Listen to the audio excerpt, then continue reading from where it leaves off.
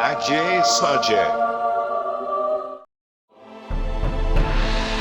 오디오 초안지 그 세 번째 이야기.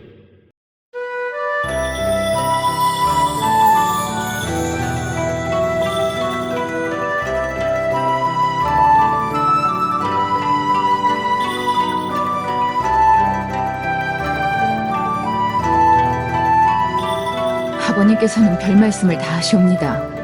그런데 소녀는 아버님 전에 부탁 말씀이 하나 있사옵니다. 무슨 부탁이냐? 네 부탁이라면 예배는 무슨 부탁이라도 다 들어주겠다. 진시황에게는 전국 각지의 별궁의 시녀들이 여러만 명이 있기 때문에 제가 시녀로 선발되더라도 진시황을 직접 만날 기회가 있을지 그것은 매우 의심스러운 일이옵니다. 그러나 천우신조로 진시황을 직접 만날 기회가 오기만 하면 기필코 그를 죽여버릴 생각입니다. 그러나 그 경우에는 유혈극으로 세상을 떠들썩하게 하는 참극만은 피하고 싶사옵니다. 아니, 사람을 죽이는데 어찌 피를 흘리지 않을 수 있겠느냐? 아버님께서는 천하의 명의이신 만큼 피 한 방울 흘리지 아니하고도 사람을 자연스럽게 죽일 수 있는 비방약을 가지고 계신 걸로 알고 있사옵니다.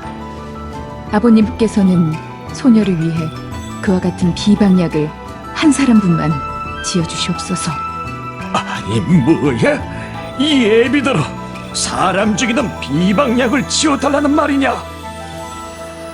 화령도인은 성큼 뛸 듯이 놀라더니 대본의 고개를 좌우로 흔들며 그것만은 안 된다.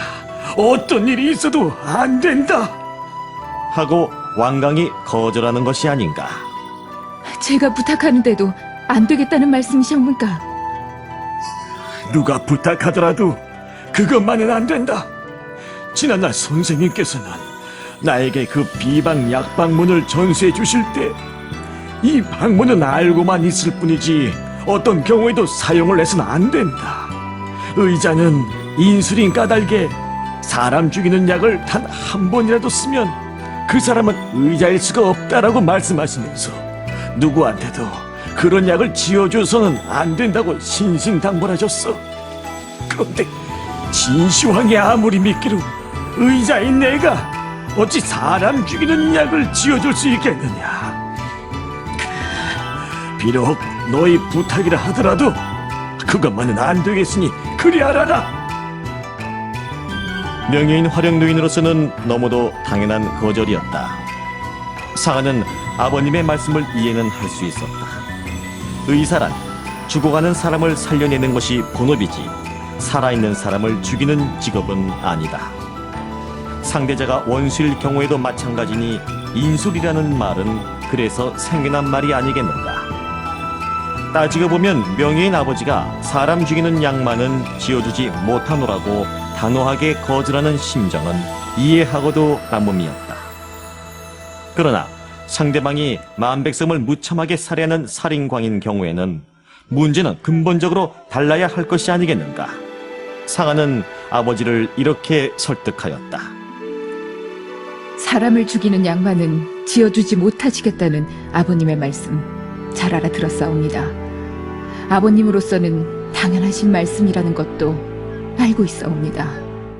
그러나 진시황이라는 인물을 살려둠으로써 수많은 백성들을 생지옥 속으로 몰아넣게 하는 것과 진시황이라는 특정 인물 하나를 죽여 없앰으로써 억조창생을 지옥 속에서 구출해내는 것과 과연 어느 편이 인술에 가깝다고 말할 수 있겠습니까? 아버님께서는 조금만 인술만 생각하지 마시옵고 보다 더 큰 참다운 인술을 생각해보아 주시옵소서. 의사에게는 오직 인술만이 있을 뿐이야. 인술에 어찌 대소의 구별이 있을 수 있단 말이냐. 그렇다면 아버님께 한 말씀만 더 물어보겠습니다. 제가 도탄 속에서 허덕이고 있는 백성들을 구출하기 위해 진시황을 죽이려는 계획을 근본적으로 잘못이라고 생각하시옵니까? 상아가 야무지게 따지고 들자 화령도인은 무척 괴로운 듯 두 손으로 머리를 감싸쥐고 대답을 못한다. 두 사람 사이에는 오랫동안 침묵이 흘렀다. 마침내 화령노인은 굳은 결심이라도 한 듯 얼굴을 힘있게 들며 말한다. 내 소원이 그토록 지극하다면 네가 원하는 비방약을 지어주기로 하겠다. 그 대신 이 애비는 의사로서는 이미 죽어버린 사람이나 다름이 없게 되었으니 오늘로써 의협은 폐업을 하기로 하겠다. 그리고 즉석에서 가루약 한 봉지를 딸에게 지어주면서 말한다.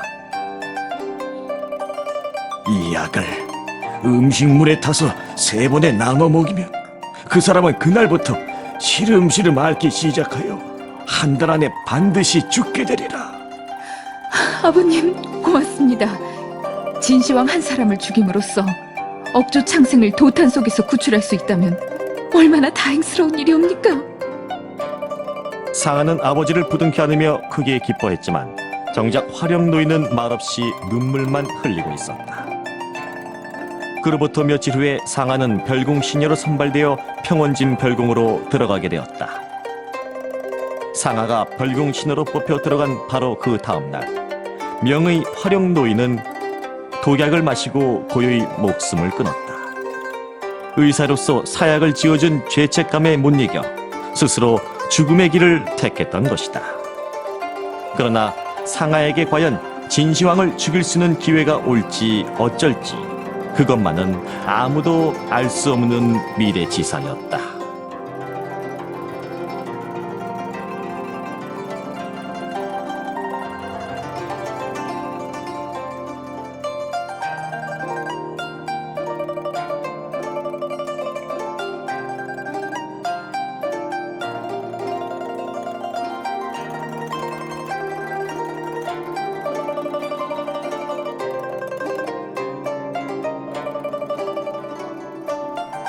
진시황은 한편으로는 만리장성을 빨리 완공시키도록 채찍질을 해가면서 다른 한편으로는 아방궁을 대대적으로 중축하기 시작하였다.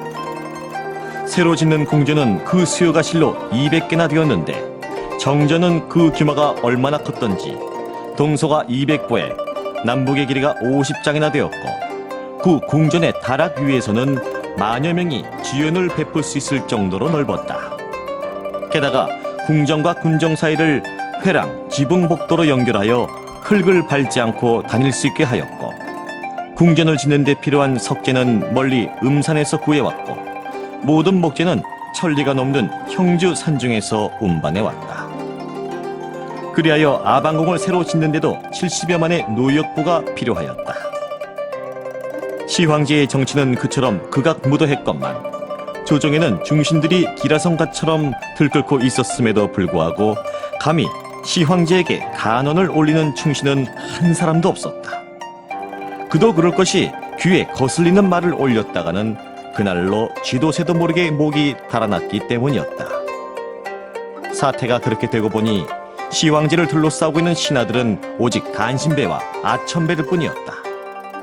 시황 34년 어느 봄날, 이날도 시황제는 아방궁에서 중신들과 더불어 주연을 즐기고 있었는데 취흥이 도도해 오자 70여 명의 박사들은 모두 입을 모아 성덕을 이렇게 찬양하였다. 옛날에는 진나라의 강토가 천리를 넘지 못했사온데 폐하께서는 신령 명성하시아 해내를 모두 평정하시어 만백성은 전쟁을 모르고 안락하게 살 수 있게 되었사오니 이는 모두가 폐하의 위덕이 소치인 줄로 아뢰옵니다. 폐하께서는 부디 천지와 더불어 만수무강하시와 만백성들이 태평성들을 길이길이 누리게 해주옵소서. 시황제는 지극히 만족스러워 70여 박사들에게 일일이 술잔을 내렸다. 제나라 태생인 석학 순우월이 머리를 조아르며 건의를 한다. 신이 듣자옵건대 그 옛날 은왕조와 주왕조가 천년을 누릴 수 있었던 원인은 왕의 자제들을 각 지방의 후지로 봉하여 황실을 강력하게 옹호하게 해온 덕택이었다고 하옵니다. 그런데 폐하께서는 후주제도를 철폐하시고 군연제도를 실시하신과 동시에 아무 척분도 없는 사람들을 군수로 임명하셨으니 그들이 과연 먼 훗날까지 황실의 충성을 다해올지 매우 의심스럽사옵나이다. 폐하께서는 그 점을 깊이 고려해 보아 주시옵소서. 그것은 9년제도의 허점을 날카롭게 찌른 비판이었다. 시황제는 그 말을 듣고 크게 놀라 승상 이사를 불렀다. 후주제도를 9년제도로 개혁한 장본인이 승상 이사였기 때문이었다. 시황제는 승상 이사를 불러 물어본다. 순우월의 건의를 들어보건대 진황제를 오래도록 누려가려면 9년제도를 후주제도로 환원시켜야 한다고 하는데 경은 그 점을 어떻게 생각하시오? 이사가 고개를 좌우로 흔들며 대답한다. 그것은 역사의 변천을 모르는 부유들의 우연에 불과한 주장이옵니다. 은조 시대에는 왕자들을 후주로 봉했기 때문에 후주들의 세력 다툼을 하느라 세상이 그토록 어지러웠던 것이 아니옵니까? 지금 와서 또다시 후주 제도로 환원하시면 10년이 못 가 세상은 또다시 전국 시대가 되고 말 것이옵니다. 그러나 지금은 9년 제도를 실시하여 각 거울의 군수를 언제든지 갈아치울 수 있도록 해놓았기 때문에 폐하의 권력은 날이 갈수록 견고해지고 있는 것이옵니다. 듣고 보니 과연 경의 말씀이 옳은 것 같구려. 권력이란 한 사람에게 집중될수록 강해지게 되는 법이거든. 옳은 말씀이옵니다. 그러므로 폐하께서는 금우의 학자들의 건의를 크게 경계하시옵소서. 아니, 학자들을 경계하라니 그건 또 무슨 말씀이요? 학자들이란 본디 현실을 모르는 주제에 입만 살아있어서 정부의 시책에 비방을 아니하면 배가 아파 못 견디는 족속들인 것이옵니다. 듣고 보니 그런 것 같기도 하구려. 그렇습니다. 그들은 쥐뿔도 모르면서 정부를 비방하는 것을 매우 고상하게 여기는 무리들이옵니다. 그런 자들을 그냥 내버려 두었다가는 나라를 망치기 쉬울 것이니 금후에는 그들을 철저하게 단속하셔야 합니다. 더구나 옛날부터 사관이라는 자들은 역사를 제멋대로 기록해 놓았기 때문에 진나라의 기록이 아닌 역사책은 모두 불태워버리셔야 합니다. 그리고 유생들이 가지고 있는 시서나 제자 백가에 져섰다 해도 하나같이 흑세 무민으로 하는 내용들이므로 그런 것도 모두 관청에서 몰수하여 불태워버리도록 하시옵소서. 폐하의 청령을 비판하는 자가 있어서는 나라를 원만하게 다스려 나가시기가 어렵기 때문인 것이옵니다. 시황제는 고개를 크게 끄덕였다. 그래, 과연 옳은 말씀이요. 심의 명령을 비판적으로 받아들이는 자가 있다면 그런 자를 어찌 용서할 수 있으리야. 이리하여 시황제는 그날로 전국 각지에 다음과 같은 엄명을 내렸다. 의학과 복술과 농사에 관한 서적 이외 모든 서적은 한 권도 남기지 말고 관가에서 몰수하여 불태워버려라. 이 명령이 전달된 날부터 30일이 경과하도록 책을 제출하지 않는 자는 얼굴에 자문을 구려 만리장성 축조공사에 노역부로 보내버려라. 모든 서적을 몰수하여 불태워버리라는 명령이 내리자 시황제에 대한 선비들의 비난은 요온의 불길처럼 퍼져나갔다. 그러나 선비들이 반대를 하거나 말거나 관가에서는 관원을 총동원하여 책을 강제로 몰수하기 시작하였다. 그리하여 관가의 뜰에서는 날마다 책을 태우는 불길이 하늘을 찌를 듯이 높이 솟아올랐고 검은 연기는 상가들을 뒤덮을 지경이었다. 그러나 알짜 유생들은 목숨보다도 더 귀하게 여기는 것이 서적인지라 그들은 시황제에 대한 비방만 퍼부을 뿐 죽어도 책을 내놓으려 하지 않았다.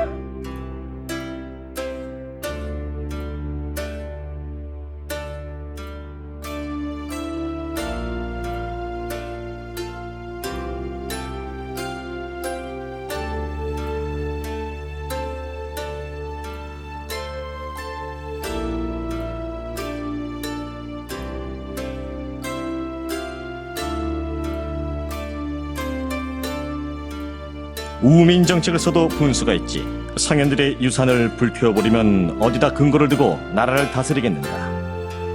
그리고 어떤 유생은 아니 망고의 폭군이었던 걸주조차도 책만은 태워버리지 않았거늘 진시황이라는 자는 어쩌자고 책까지 태워버리겠다는 것인가. 차라리 내 몸이 불에 타 죽을지언정 책만은 못 내놓는다고. 뜻있는 선부들은 죽음을 각오하고 서정몰수에 끝까지 응하려고 하지 않았다. 선비들의 한거의 원성이 마침내 시황제의 귀에 들어갔다. 시황제는 그 소리를 듣고 불길같이 노하여 이렇게 명했다. 너 차라리 제 몸이 불에 타 죽을지언정 책만은 못 내놓겠다고. 그런 놈들은 불에 태워 죽일 것이 아니라 구덩이를 깊이 파고 모조리 구덩이 속에 쓸어넣고 생매장을 해버려라. 실로 피도 눈물도 없는 잔혹무도한 명령이었다. 그 명령에 의하여 전국 각지에서 끌려온 알짜 선비들이 무려 460여 명. 시황제는 그들을 오연히 굽어보며 말한다. 너희들을 생매장하기 전에 용서할 수 있는 최후의 기회를 주겠다. 지금이라도 책을 내놓겠느냐 어쩌겠느냐. 그러나 선비들은 대꾸를 하는 대신에 약속이나 한 듯이 일제히 시황제의 얼굴에 침을 뱉어주었다. 시황제로서는 난생 처음 당해보는 모욕에 분노를 참을 길이 없었다. 미야봐라, 저자들을 집에 존나 빼서 당장 생매장을 해버려라. 이리하여 460여 명의 저명한 학자들은 비참하게도 한 구덩이 속에서 생매장이 되고 말았다. 시황제는 그것만으로도 분이 풀리지 않아 다시 이런 명령을 내렸다. 금후에는 책을 단 한 권이라도 숨겨둔 자가 있으면 용서 없이 생매장에 처하라. 그리하여 전국 각지에서 생매장된 선비의 수는 이루 헤아릴 수 없을 지경이었다. 어쩌면 말기적인 현상이라는 말은 그런 사태를 두고 이르는 말인지도 모른다. 시황제에게는 아들 형제가 있었다. 맏아들은 부소라고 하고 둘째 아들은 호해라고 한다. 태자 부소는 일찍부터 경수에 통여하여 학문이 많고 덕이 높았다. 그러나 둘째 아들 호해는 어려서부터 주색 잡기만 좋아하는 천하의 망난이었다. 태자 부소는 부황제가 책을 불태우고 천하의 거유들을 생매장 해버린다는 소식을 듣고 크게 놀랐다. 그리하여 대궐로 달려들어와 울면서 간했다. 아바마마, 들려오는 소문에 의하면 아바마마께서는 책이란 책을 모조리 불태워 버리실 뿐만 아니라 선비들을 생매장을 해버리라고 하셨옵었는데 그것이 사실이옵니까? 시황제는 태연히 대답한다. 모든 것이 네가 말한 그대로다. 쥐뿔도 모르는 것들이 입만 꽈놔서 정부에 대한 비방만 일삼고 있으니 그런 것들을 살려둬서 무엇에 쓰겠느냐?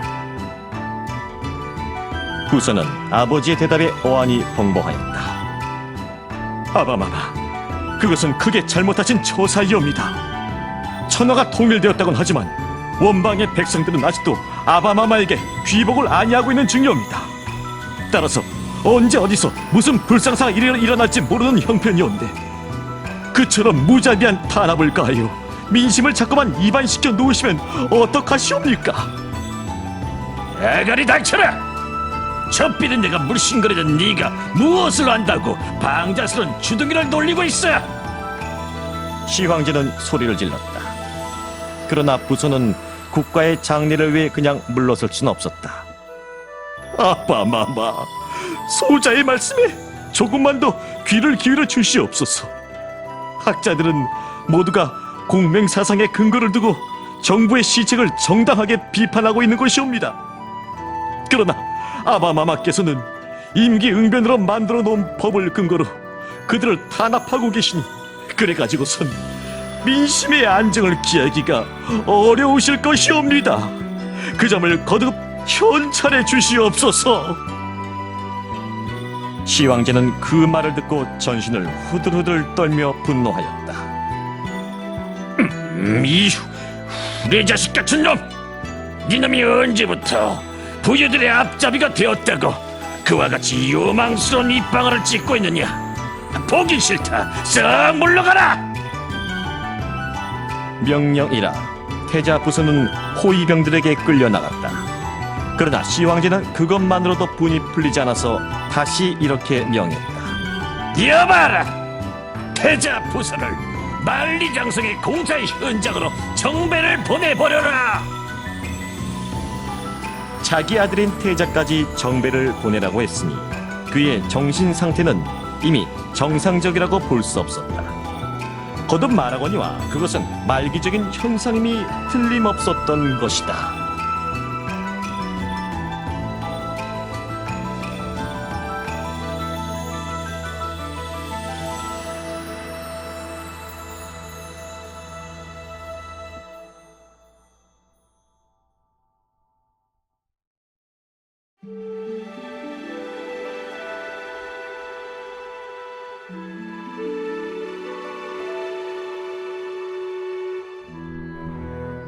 세상 만세는 물리적인 원리에 의하여 운영되어 나간다. 물이 아래로 흘러내려 대해를 이루는 것도 자연의 섭리요. 불이 위로 타올라 결국에는 소멸되어 버리는 것도 자연의 섭리다. 자연의 섭리를 무시하고 세상 만사를 힘으로만 다스려 나가려면 반드시 반동이 온다. 바람벽을 향하여 고무공을 힘차게 던져보라. 그러면 그 고무공은 반드시 힘찬 기세로 반동에 오리라. 고무공을 강한 힘으로 눌러보라. 그러면 고무공은 힘을 견디다 못해 결국에는 폭발을 하게 된다. 이상과 같은 현상은 모두가 물리적으로 필연적인 현상인 것이다. 그러기에 옛날 성현들은 순천자는 흥하고 역천자는 망한다고 일러왔다. 정치도 그와 같아서 자연의 섭리대로 물 흐르듯 다스려 나가는 정치를 덕치라고 부르고 자연의 섭리를 무시한 힘의 정치를 악정이라고 불러본다. 그런 점으로 보면 진시황의 정치는 틀림없는 악정이었다. 임금이란 백성들을 잘 살려나가기 위해 필요한 존재이지 백성들이 임금을 위해 존재하는 것은 아니다. 그런데 진시황은 그것을 거꾸로 생각하고 백성들을 개, 돼지처럼 취급해왔으니 그 어찌 반동이 없을 수 있겠는가. 그 무렵 시황제는 만리장성 공사와 아방궁 증축 공사를 동시에 시공하느라고 노역부가 한없이 필요하였다. 그럴수록 백성들은 기피 현상이 점점 농후해져서 노역부가 자꾸만 부족해오는 형편이므로 시황제는 각 지방관들에게 다음과 같이 가혹한 엄명을 다시 내렸다. 지방관으로서 노역부의 책임 수령을 제 날짜에 공출하지 못하는 자는 이유여하를 막론하고 가차없이 참형에 처한다.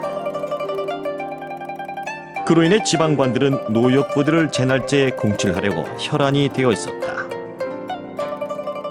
구령 초나라의 소읍주인 진승과 그리고 오광도 노역부들을 기일안에 공출하려고 가가호호 이잡듯 찾아다니며 젊은 사람이 눈에 띄기만 하면 불문곡직하고 노역부로 끌고 왔다.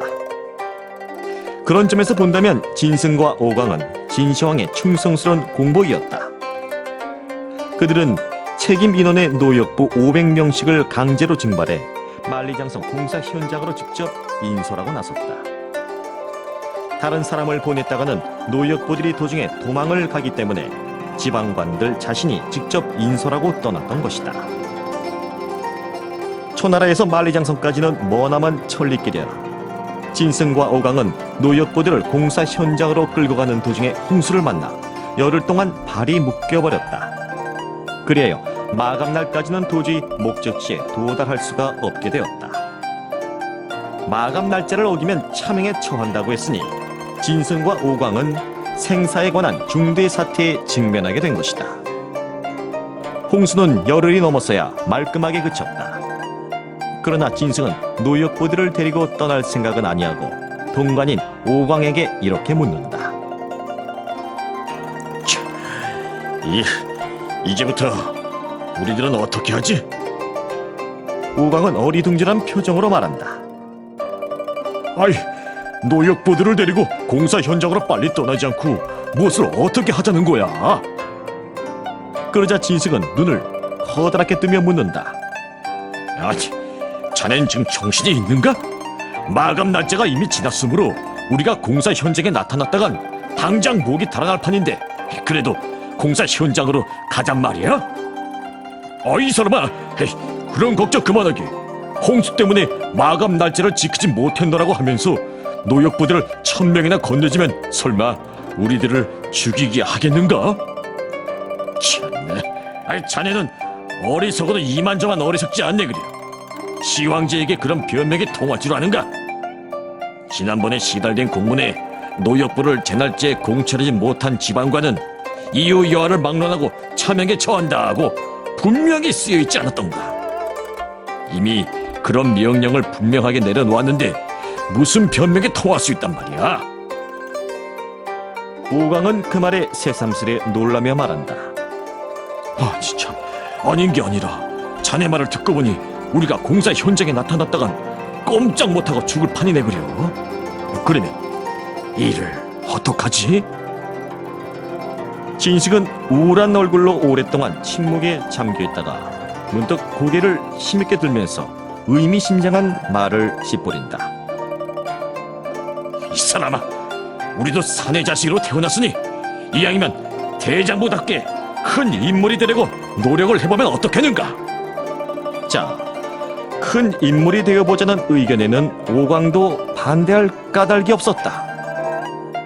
큰 인물이 될 수 있다면 누가 마다하고 하겠는가? 어떻게 해서 큰 인물이 되는 것인가? 좀 더 자세하게 좀 얘기를 좀 해주게. 진식은 벼랑한 딴 사람이 된 것처럼 희망에 넘친 어조로 말한다. 자네도 알고 있다시피 우리들은 나라가 망하는 바람에 마지못해 진나라의 공무원 노릇을 해먹고 있는 것이 아닌가. 그러나 시황제라는 자의 폭정이 워낙 심하기 때문에 초나라 백성들 치고 진시황에게 원한을 품고 있지 않는 자는 한 사람도 없어. 그러므로 우리들은 초나라를 독립시키기 위해 우리 스스로가 독립투사가 되어 진시황에게 반기를 들고 일어나잔 말일세. 자고로 왕후 장상에 종자가 따로 있는 것이 아니거든. 우리들도 진시황을 때려부시고 나라를 다시 일으켜 놓으면 아이고 나라고 그 임금이 못 들어가는 법은 없지 않은가? 진식은 워낙 배짱에 크고 수완이 능한 인물인지라 즉석에서 열변을 토해놓았다. 오광은 진승의 말을 듣고 뛸 듯이 기뻤다. 어이구, 그거 참 기막힌 생각이네. 그 자네가 초나라를 독립시켜 임금이라도 된다면 나는 정승자리 하나는 따놓은 당상 아니겠는가? 그야 물론이지. 자고로 왕후 장상의 종자가 따로 있는 것이 아니란 말일세. 내가 왕위에 오르면 설마 자네를 모른다고 해야 하겠는가? 그럼 지금부터 신신당부해 둘 테니 나중에 날 잊지 말아줘. 오광은 거기까지 말하다가 문득 걱정스러운 얼굴로 근데 가만히 있자. 우리가 독립투사가 되려면 우리가 여기까지 끌고 온 노역부들을 어떻게 처리하지? 하고 묻는다. 진식은 오광의 말을 듣고 앙천대소로 하였다. 걱정도 팔자세 그려. 우리가 독립투사가 되려면 응당 부하들이 있어야 할 게 아닌가. 그러므로 노역부들을 우리네의 졸로 전환시켜버리면 될 게 아닌가. 그 말에 오광은 무릎을 치며 말한다. 그래, 과연 명안일세. 그러나 억지로 끌려온 그들이 우리네 부하가 되려고 하겠는가? 자자자자, 그것은 내가 알아서 처리할 테니 자네는 구경이나 하고 있게. 진식은 곧 밖으로 달려나와 노역부들을 광장에 집합시켜놓고 큰 소리로 외친다. 너희들은 여기까지 끌려오느라고 고생이 많았다. 너희들은 지금 어디로 끌려가고 있는지를 알고 있느냐? 대다수의 노역부들은 진승을 증오의 눈으로 바라보며 대답조차 하고 있지 않았다. 진승은 눈앞에 서 있는 노역부 몇 사람을 손으로 가리키며 다시 물었다. 너희들은 지금 어디로 끌려가고 있는지를 모른단 말이냐? 알고 있습니다. 저희들은 만리장성 축조공사에 노역부로 끌려가고 있는 중이옵니다. 노역부로 끌려가면 결과가 어떻게 된다는 것도 잘 알고 있겠지. 열의 9가지는 죽고 돌아오지 못한다고 들었습니다. 그렇다. 노역부로 끌려가면 열의 9가지는 죽어버린다. 나는 진작부터 그 점에 대해 나 혼자 고민을 하고 있었다. 나도 초나라 사람이요. 너희들도 초나라 사람임이 틀림없는데 초나라 사람인 내가 진시황이라는 폭군을 위해 고국동포인 너희들을 죽음의 길로 몰고 온 것은 나의 커다란 잘못이었다는 사실을 나는 이제서 절실하게 깨달았다. 난 진나라의 국록을 먹고 온 관계로 일시적으로나마 양심이 마비되어 너희들을 여기까지 끌고 오긴 했지만 고국동포인 너희들을 이상 괴롭힐 수 없단 말이다. 그래서 오늘로써 너희들을 석방시켜 줄 테니 너희들은 모두들 고향으로 돌아가 부모와 형제를 반갑게 만나도록 하라. 그야말로 청천벽력 같은 선언이었다. 노역부들로서는 날뛰며 기뻐해야 할 선언이었다. 그러나 그들은 자기네의 마음을 떠보려는 수작이 아닌가 싶어서 기쁨보다도 경계심이 앞섰다. 노역부들은 진승의 말을 믿으려고 하지 않았다. 진승은 그런 눈치를 재빠르게 알아채고 다시 이렇게 말한다. 너희들을 여기까지 끌고 온 내가 편안간 해방을 시켜준다고 하니까 너희들은 내 말을 믿지 않을 것이다. 그러나 천하의 폭군인 진실황이라는 자를 위해 천하라 동포인 너희들을 희생시키려고 한 것은 나의 잘못이었다는 것을 깨달았기 때문에 나는 너희들을 집으로 돌려보내주려는 것이다. 나는 천하라 명문가의 후예다. 명문가의 후예이기 때문에 조상들의 명예를 생각해서도 너희들을 진나라 폭군에게 희생의 제물로 제공할 수 없다는 말이다. 진승의 표정은 잠옷 심각하였다. 늑술한 노역부 하나가 감동된 점이 있는지 진승에게 묻는다. 장군은 초나라 명문가의 후예라고 말씀하셨는데 어느 명문의 후예이시옵니까? 진승은 약간 주저하는 빛을 보이다가 대답한다. 내가 워낙 못난 놈이기 때문에 조상들의 이름을 함부로 들먹일 생각은 추호도 없다. 그러나 너희들이 꼭 알고 싶어하는 모양이니 솔직히 대답해 주리라. 너희들은 혹시 진수달 장군이라는 이름을 들어본 일이 있느냐? 알고 있습니다. 진수달 장군이라면 지금부터 100여 년 전에 진나라와 싸워 전공을 크게 세우신 명장이 아니옵니까? 그러자 진승은 크게 감격하면서 말한다. 나의 조부님께서 천하의 명장이셨던 것을 너만은 알고 있구나. 나의 조부님은 그처럼 위대한 어른이셨건만 나는 조부님의 위협을 계승하지 못하나마 너희들을 원수의 나라에 팔아먹으려고 했으니 이 얼마나 부끄러운 일이냐. 진승은 그렇게 말하며 참이라도 한 듯 주먹으로 가슴을 두드렸다. 100여 년 전에 초나라에 진수달이라는 명장이 있었던 것은 사실이었다. 그러나 진승과 진수달은 아무 혈연도 없는 사이다. 그럼에도 불구하고 진승은 성씨가 같은 것을 이용해 자기 자신을 진수달 장군의 후예라고 선포하고 나왔다. 그래야만 노역부들에게 존경을 받을 수 있을 것이라고 믿었기 때문이었다.